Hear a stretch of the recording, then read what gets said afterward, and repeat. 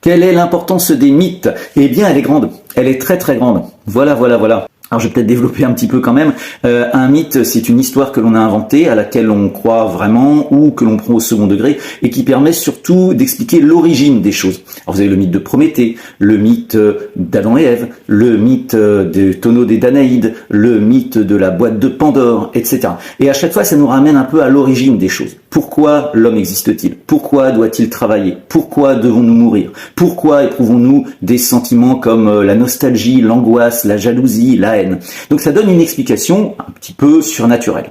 Évidemment, comme ça donne une explication de là d'où on vient, ça explique aussi où est-ce qu'on doit aller, qu'est-ce que l'on doit faire dans l'existence.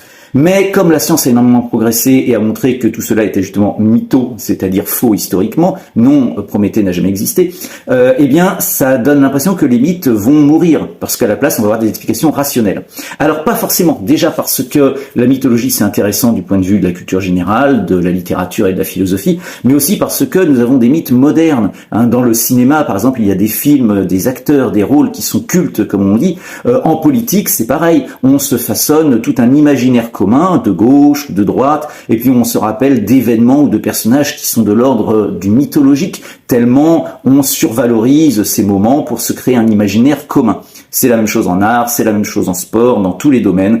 Il y a de la mythologie parce que nous fantasmons, nous recréons la réalité pour se donner, comme je le disais, un imaginaire commun et une identité commune. Nous savons qui nous sommes les socialistes. Nous savons qui nous sommes les catholiques. Nous savons qui nous sommes les supporters de Nantes, par exemple. Et à titre individuel, c'est un peu la même chose. En grande partie, tout un tas d'événements que nous avons vécus, tout un tas de personnages que nous avons rencontrés dans notre petite vie sont survalorisés par notre imaginaire parce que ça fait du bien de se créer une histoire un peu rêvée à laquelle on finit par croire nous-mêmes. Et donc, on est tous un petit peu mythos. D'accord, ça suffit comme ça. Alors tu vas te taire maintenant.